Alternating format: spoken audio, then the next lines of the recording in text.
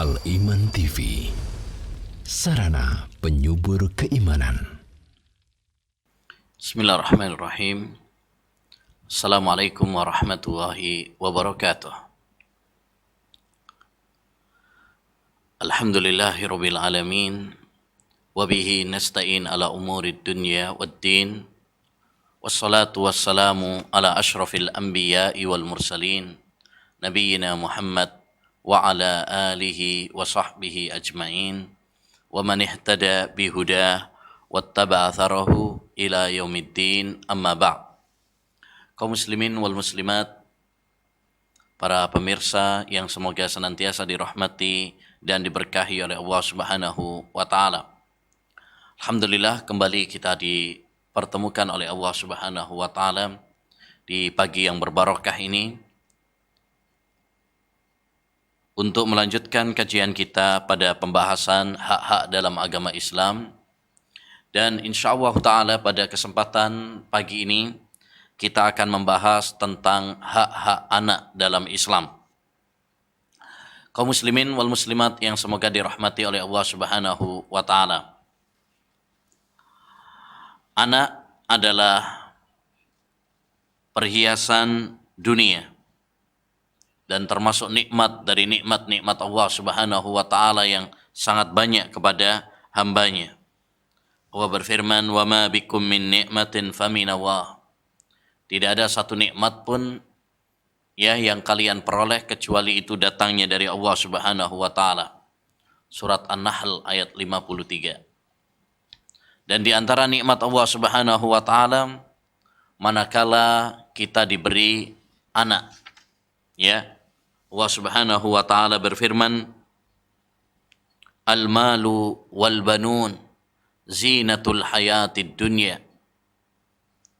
Harta dan anak-anak itu adalah perhiasan dunia.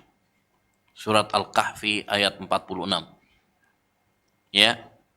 Oleh karenanya kita lihat kalau ada orang yang menikah, berumah tangga, kemudian dia belum dikaruniai anak, maka dia akan berusaha berdoa bagaimana agar dikaruniai anak. Karena memang anak adalah perhiasan dunia.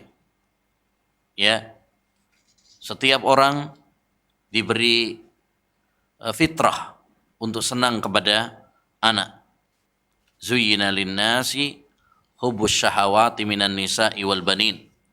Kata Allah Subhanahu wa taala dalam surat Ali Imran ayat 14, dibuat indah dalam pandangan manusia mencintai hal-hal yang disenangi oleh jiwa, baik itu istri, anak, Tapi kalau seorang itu kemudian cinta, senang dengan istri, dengan anak, itu adalah suatu hal yang tabiat, satu hal yang sesuai dengan naluri manusia. Hanya saja ma'asyiral muslimin, perlu kita ketahui bahwasanya anak walaupun dia adalah anugerah, walaupun dia adalah nikmat, tapi dia juga adalah ujian dari Allah Subhanahu wa taala kepada hambanya. Oleh karenanya Allah berfirman dalam surat At-Taghabun ayat 15, "Innama amwalukum wa auladukum fitnah wallahu indahu ajrun azim." Sesungguhnya harta-harta kalian dan anak-anak kalian adalah fitnah, ujian dan cobaan dari Allah Subhanahu wa taala. Apakah seorang akan mensyukuri nikmat Allah Subhanahu wa taala berupa anak tersebut, menjadikan mereka semakin dekat dengan Allah Subhanahu wa taala, menjadikan anak sebagai ladang pahala dan investasi akhirat, ataukah justru sebaliknya, adanya anak justru malah melalaikan kita dari Allah Subhanahu wa taala, justru membuat kita menerjang larangan-larangan Allah Subhanahu wa taala. Dan karena manusia banyak yang lalai dengan ujian ini, maka Allah Subhanahu wa taala ingatkan dalam surat Al-Munafiqun ayat 9, "Ya ayyuhalladzina amanu la tulhikum amwalukum wa auladukum an dzikrillah." Wahai orang-orang yang beriman, janganlah harta kalian dan anak-anak kalian melalaikan kalian dari zikir kepada Allah Subhanahu wa taala. Wa may yaf'al dzalika fa ulaika humul khasirun. Barang siapa yang melakukan hal itu, yaitu lalai ya karena harta, karena anak dari mengingat Allah Subhanahu wa taala, maka mereka adalah orang-orang yang merugi di dunia dan di akhirat. Ya. Jadi ma'asyiral muslimin rahimani wa rahimakumullah, harta, anak, istri, ya, mereka semuanya adalah anugerah dari Allah Subhanahu wa taala. Tapi semua itu juga adalah ujian, cobaan, fitnah bagi manusia. Apakah manusia akan mensyukurinya dan menjadikannya sebagai jembatan menuju akhirat, sebagai ladang untuk panen pahala, ataukah justru melalaikannya dari mengingat Allah Subhanahu wa taala. Semuanya kembali kepada manusia bagaimana menyikapinya. Oleh karenanya kita harus cerdas. Kita harus mengingat bahwa semua kita akan berdiri di hadapan Allah Subhanahu wa taala.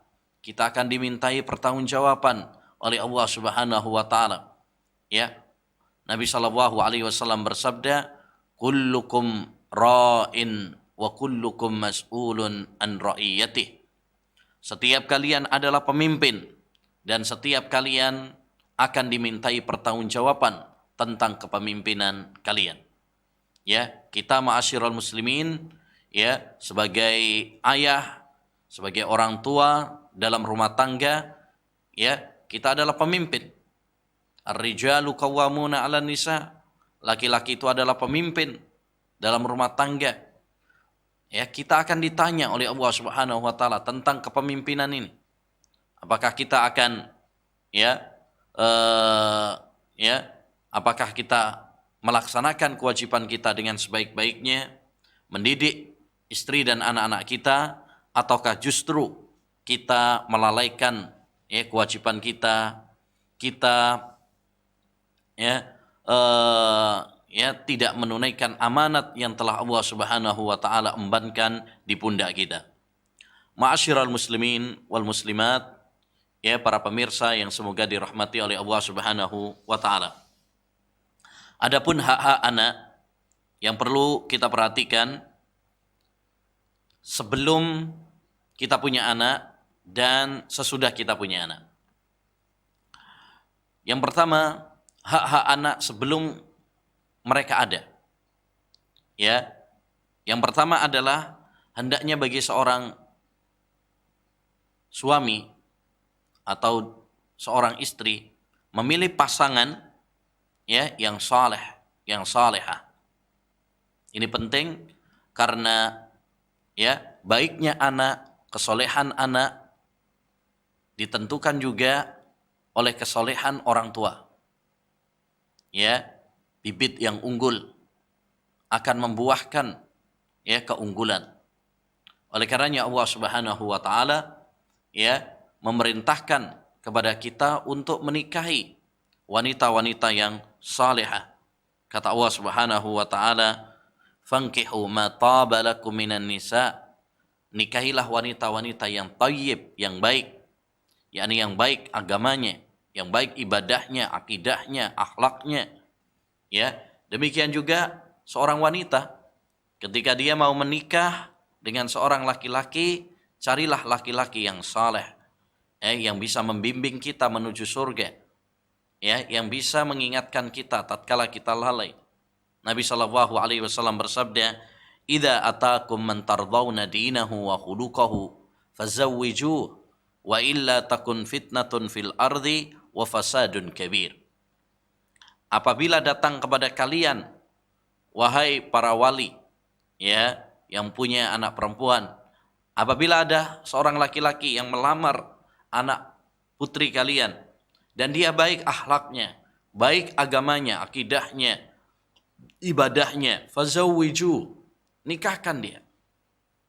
Wa illa, kalau tidak, maka akan terjadi fitnah di muka bumi ini dan kerusakan yang besar. Maka seorang ya hendaknya bertakwa kepada Allah Subhanahu wa taala dengan mencari istri yang salihah, demikian juga istri yang saleh, istri yang baik, ya dia akan mencari pasangan yang baik. Ya, mencari lelaki yang bertanggung jawab, lelaki yang saleh, yang baik akidahnya, baik ibadahnya, baik akhlaknya, ya. Kemudian yang kedua di antara hak anak juga sebelum ada, yaitu hendaknya ya seseorang ketika mau mendatangi ya berhubungan badan, berhubungan intim dengan istrinya, hendaknya berdoa kepada Allah Subhanahu wa taala dan berlindung kepada Allah Subhanahu wa taala dari godaan syaitan yang terkutuk. Nabi sallallahu alaihi wasallam mengatakan, "Lau anna ahadakum hina ya'ti ahlahu qala bismillah Allahumma jannibna syaitan wa jannibis syaitan ma razaqtana."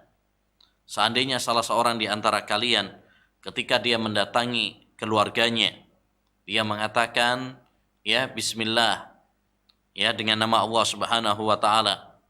Ya Allah, jauhkan kami dari setan dan jauhkan setan dari apa yang Engkau rizkikan kepada kami. Fawulida bainahuma waladun lam yadhurruhu syaitanu abadan. Ya, kemudian diberi anak dengan jima tersebut, maka setan tidak akan memadaratkannya. Artinya, ma'asyiral muslimin rahimani wa rahimakumullah, dianjurkan bagi seseorang apabila ingin berhubungan badan ya antara suami dengan istri ya untuk berdoa kepada Allah Subhanahu wa taala. Karena ingat, yang menjadikan anak kita saleh, yang menjadikan anak kita yang salihah, bahkan yang memberi kita anak adalah Allah Subhanahu wa taala. Allah yang mentakdirkan. Yahabu liman yasha'u inatha wa yahabu liman yasha'u dzukur. Ya. Kemudian kata Allah Subhanahu wa taala, wa yaj'alu man yasha'u aqima. Ya, Allah Subhanahu wa taala memberikan kepada sebagian hamba itu anak laki-laki, ada yang dikasih anak perempuan, ya. Ada yang enggak dikasih anak. Ya, semuanya dengan takdir Allah Subhanahu wa taala. Allah Subhanahu wa taala Maha tahu apa yang terbaik untuk hambanya. Ya. Nah, yang memberikan kita anak, ya, yang menjadikan anak kita saleh dan salehah adalah Allah Subhanahu wa taala. Oleh karenanya, hendaknya bagi seorang hamba untuk menggantungkan dan menyerahkan segala urusannya kepada Allah Subhanahu wa taala. Berdoa kepada Allah Subhanahu wa taala. Yang ketiga, di antara hak anak juga hendaknya bagi orang tua tidak melakukan hal-hal yang bisa membahayakan bagi anak. Ya, walaupun dia belum ada, walaupun dia masih ada di perut ibunya. Ya, hendaknya bagi kita untuk tidak memadaratkan, membahayakan bagi sang anak. Contoh yang memadaratkan itu apa? Apabila orang tua misalkan ya merokok. Rokok itu ya tidak boleh. Ya, rokok itu membahayakan. Bahkan dalam bungkus rokok sendiri ada tulisannya rokok membunuhmu. Dan dalam dunia kedokteran pun telah dijelaskan bahwa rokok itu bisa membahayakan bahkan kepada janin. Bahkan kepada janin. Ya, oleh karenanya jangan membahayakan calon anak-anak kita. Ya. Termasuk juga yang membahayakan anak-anak kita adalah ya aborsi. Ini enggak boleh. Tindakan-tindakan kriminal seperti ini ya, pembunuhan kepada anak ya adalah tindakan yang bodoh dan konyol. Betapa banyak orang yang menginginkan anak, tapi Anda malah membuangnya, Anda malah membunuhnya. Ya, Allah Subhanahu wa taala berfirman, "Wala taqtulu auladakum." Janganlah kalian membunuh anak-anak kalian. Ya. Sesungguhnya Allah Subhanahu wa taala yang menanggung rizki, ya, rizki kita, rizki anak-anak kita. Maka jangan ya kita membunuh calon dari anak-anak kita. Ya, jangan juga melakukan hal-hal yang bisa membahayakan mereka. Kemudian ma'asyiral muslimin rahimani wa rahimakumullah. Adapun hak anak setelah mereka itu lahir di dunia ini, ada beberapa hal ya yang perlu kita perhatikan. Yang pertama, hendaknya bagi kita untuk memberi mereka nama, ya, karena nama itu adalah simbol. Ya, nama yang baik adalah doa untuk anak kita. Makanya Nabi Shallallahu Alaihi Wasallam apabila mendapati sebagian sahabatnya memiliki nama yang tidak baik, maka Nabi Shallallahu Alaihi Wasallam menggantinya. Pernah ada seorang wanita namanya Asiyah. Asiyah itu dalam bahasa Arab artinya wanita yang maksiat. Maka Nabi Shallallahu Alaihi Wasallam merubahnya, anti jamilah. Ya, kamu wanita yang jamilah. Jamilah artinya cantik. Ya, kenapa? Karena makna dari nama yang pertama itu jelek, wanita yang maksiat. Ada juga seorang namanya Hazn. Maka diganti oleh Nabi SAW, bal anta sahl. Kamu adalah sahl. Sahl itu mudah. Kalau hazn, sedih. Jadi, ya, berikanlah anak-anak kita nama-nama yang baik. Ya, nama-nama yang baik. Karena nama adalah doa. Nama yang baik itu, misalkan nama yang disandarkan kepada Allah Subhanahu wa taala, Abdullah, Abdurrahman, ya, atau nama-nama nabi, Yusuf, Yakub, Hud, Saleh, Nuh, ya, Muhammad dan lain sebagainya. Ya. Atau nama-nama para sahabat, nama-nama ulama, nama-nama salafus saleh. Ya, atau kalau perempuan istri-istri Nabi, sahabiyat, ulama-ulama wanita, ya. Jadi kasih nama-nama orang-orang yang saleh. Jangan, maaf, ya, sebagian kaum muslimin ngasih anak mereka dengan nama ya orang-orang kafir. Dengan nama orang-orang kafir. Ya, lagi ngetren misalkan pemain bola, ya, atau artis dan sebagainya. Ya, tidak.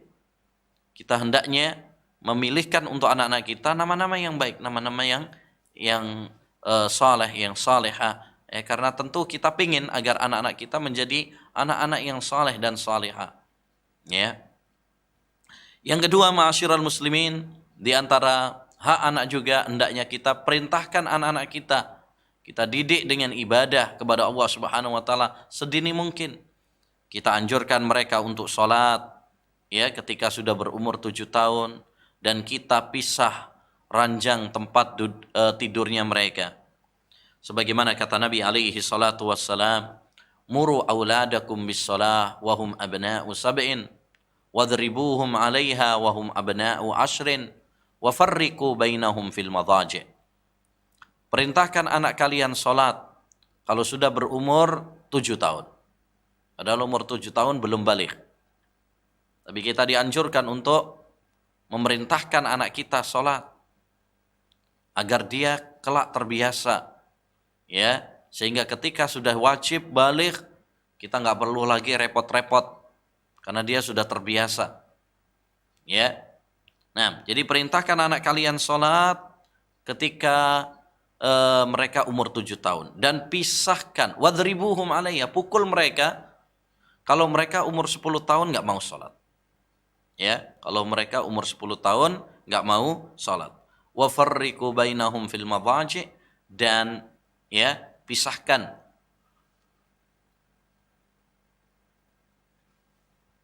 tempat tidur mereka. Jangan dicampur antara anak laki-laki dengan anak perempuan. Jadi ya, dianjurkan bagi orang tua ya untuk mendidik anak-anaknya dengan sholat, dan hendaknya kita sabar. Wa'mur ahlaka bis shalah ya wastabir 'alaiha. Perintahkan anak-anak kalian sholat dan sabarlah. Kita harus sabar dalam mendidik, memerintahkan sholat, terutama kalau subuh ya, mungkin bangunkannya susah. Banyak orang tua dengan sabar, dengan telaten dia bangunkan anaknya untuk sekolah, ya. Tapi banyak yang tidak telaten dan tidak sabar bangunkan anaknya untuk sholat subuh. Ya. Nah, padahal ya melatih anak kita untuk sholat subuh ini adalah untuk kebahagiaan dia, ya, kesuksesan dia di dunia dan di akhirat. Ya.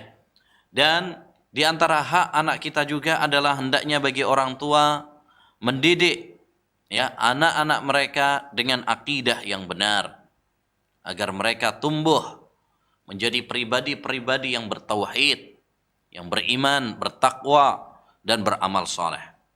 Allah Subhanahu wa taala ya berfirman di dalam Al-Qur'an, "Ya ayyuhalladzina amanu qu anfusakum wa ahlikum nara wa quduhan nas wal hijarah."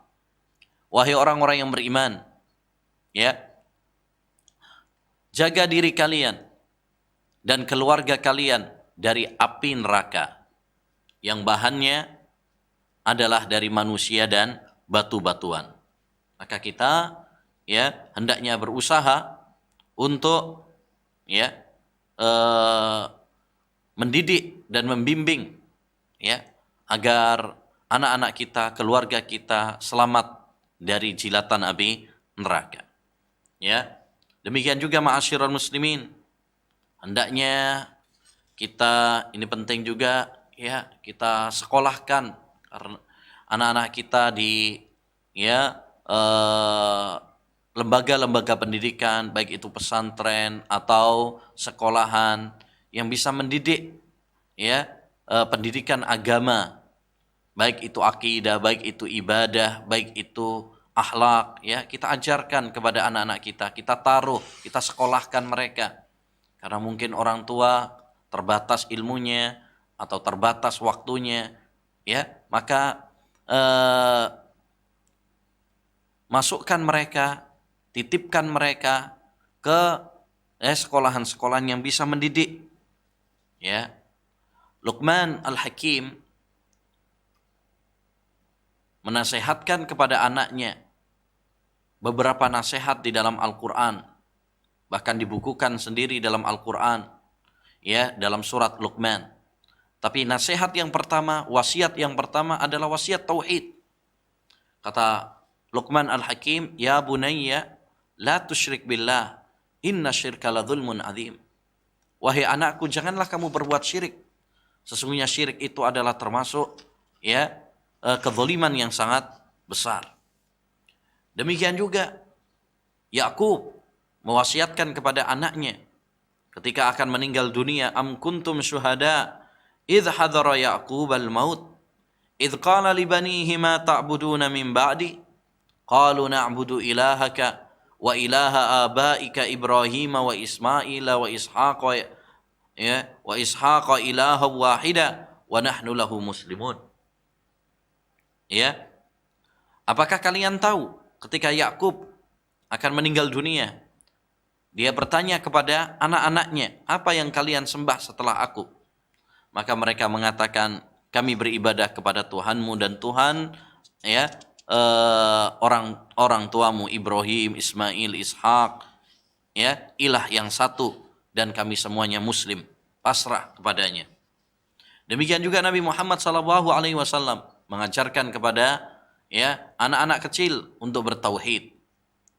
Nabi SAW mengatakan kepada Ibnu Abbas, ya kepada Ibnu Abbas, Nabi bersabda, ya gulam inni uallimuka kalimat, wahai anak kecil, aku akan ajarkan kepadamu beberapa kalimat. Ihfadillah yahfadka, ihfadillah tajidhu tujahak. Jagalah Allah, niscaya Allah akan menjagamu. Kemudian idza sa'alta fas'alillah. Kalau kamu meminta, mintalah kepada Allah. Wa idza sta'anta fasta'in billah. Kalau kamu minta pertolongan, mintalah pertolongan hanya kepada Allah Subhanahu wa taala saja. Ya, maka ma'asyiral muslimin, ya, mari kita didik anak-anak kita Kita didik keluarga kita dengan akidah, dengan tauhid, dengan iman. Dan mari kita berdoa kepada Allah Subhanahu wa taala supaya kita diwafatkan di atas tauhid. Ya, kita tidak boleh merasa aman. Tidak boleh ya merasa aman dari terjatuh di dalam kesyirikan dan kekufuran. Ya, Ibrahim saja, Nabi Ibrahim alaihi salam, bapaknya ahli tauhid, yang kuat imannya, tauhidnya, akidahnya. Sekalipun demikian beliau tetap berdoa kepada Allah, "Wajanubni wa baniya an na'budal asnam." Ya Allah, jauhkan aku dan anak keturunanku dari menyembah berhala. Ya, maka kita hendaknya terus berdoa kepada Allah Subhanahu wa taala agar kita dan keluarga kita dijaga akidahnya, tauhidnya, imannya oleh Allah Subhanahu wa taala, terutama pada zaman kita sekarang, zaman yang penuh dengan fitnah ya dan syubhat merajalela.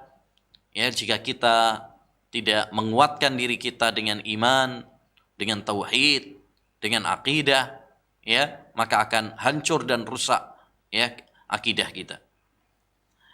Kemudian yang keempat, ya, di antara hak anak kita juga hendaknya bagi kita mengajari mereka adab-adab yang baik.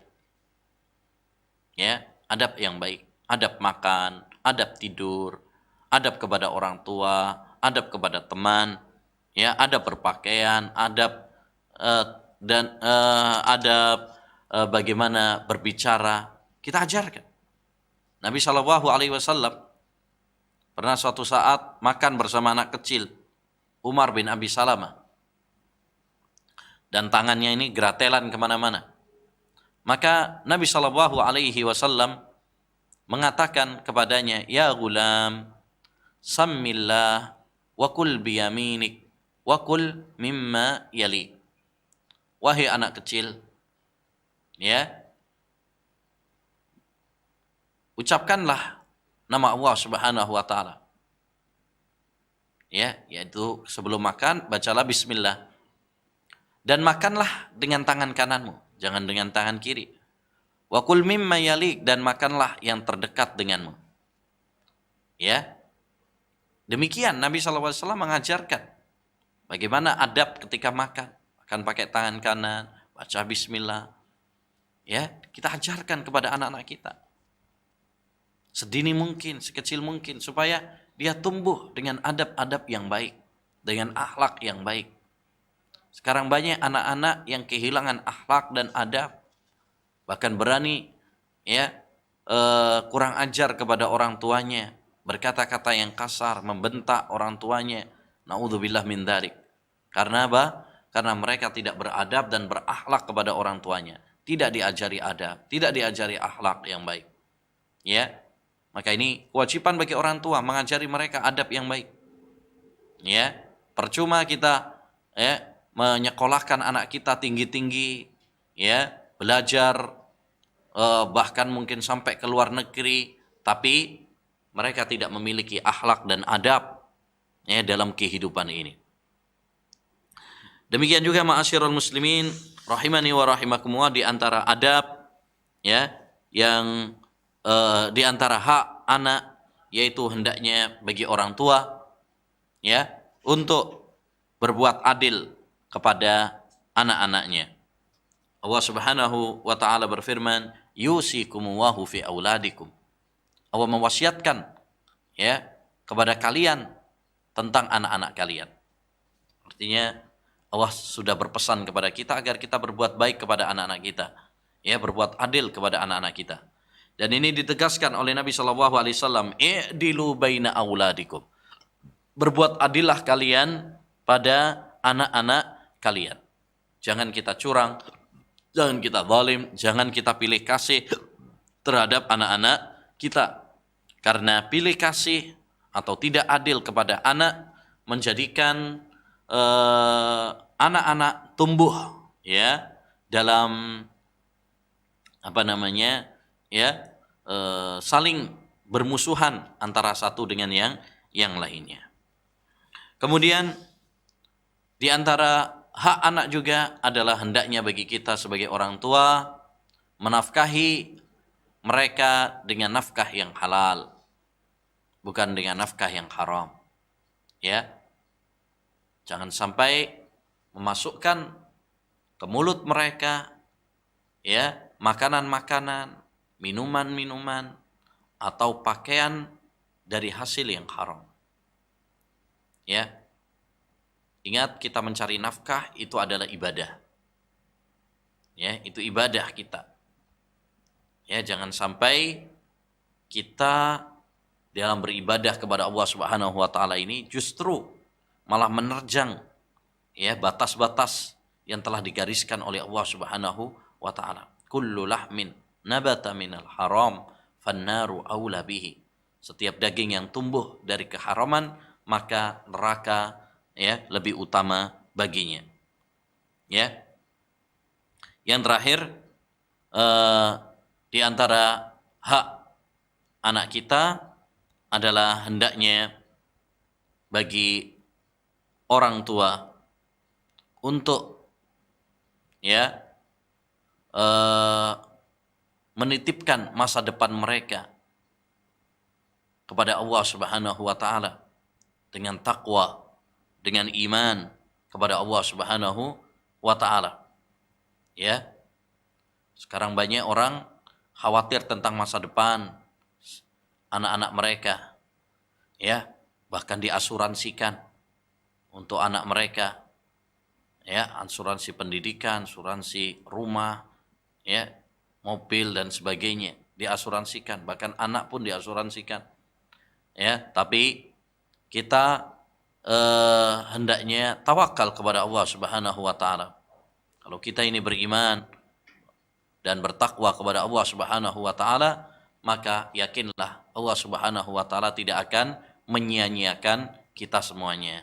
Demikian juga anak-anak kita. Ya.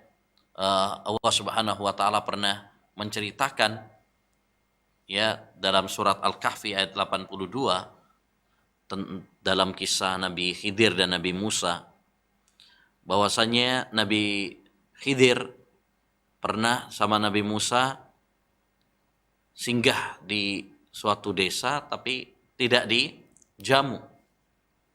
Kemudian ada tembok rumah yang akan roboh, dibangun oleh Nabi Khidir.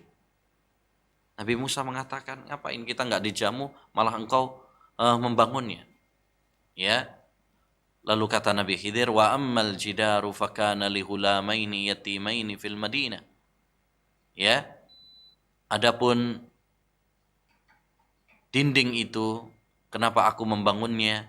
Karena itu adalah milik dua anak yatim di kota tersebut. Wa kana tahtahu kanzul lahuma, dan di bawah tembok tersebut ada harta ya, simpanan orang tuanya. Wa kana abuhuma salihah, dan adalah ayah ya dari anak yatim ini, dia adalah orang tua yang saleh. Artinya karena orang tuanya orang tua yang baik, maka Allah Subhanahu wa taala menjaga anak-anaknya, menjaga hartanya. Maka ini faedah penting bagi kita. Jangan khawatirkan anak-anak kita di masa depan. Selama kita bertakwa, selama kita mendidik anak-anak kita dengan baik, ya serahkan semenuhnya kepada Allah Subhanahu wa taala. Saya kira itu yang bisa kita bahas pada kesempatan yang berbarokah ini. Ya, semoga Allah Subhanahu wa taala memberkahi keluarga kita, anak-anak kita, dan semoga Allah Subhanahu wa taala menjadikan anak-anak kita anak-anak yang saleh, yang salihah, menjadi penyejuk mata kita, dan semoga Allah Subhanahu wa taala mengumpulkan kita bersama mereka di surga. Amin ya rabbal alamin. Wa sallallahu wa sallama ala nabiyyina Muhammad wa ala alihi wa sahbihi ajmain. Dukung channel kami dengan like, subscribe, dan aktifkan notifikasi agar kamu tidak ketinggalan video-video menarik lainnya.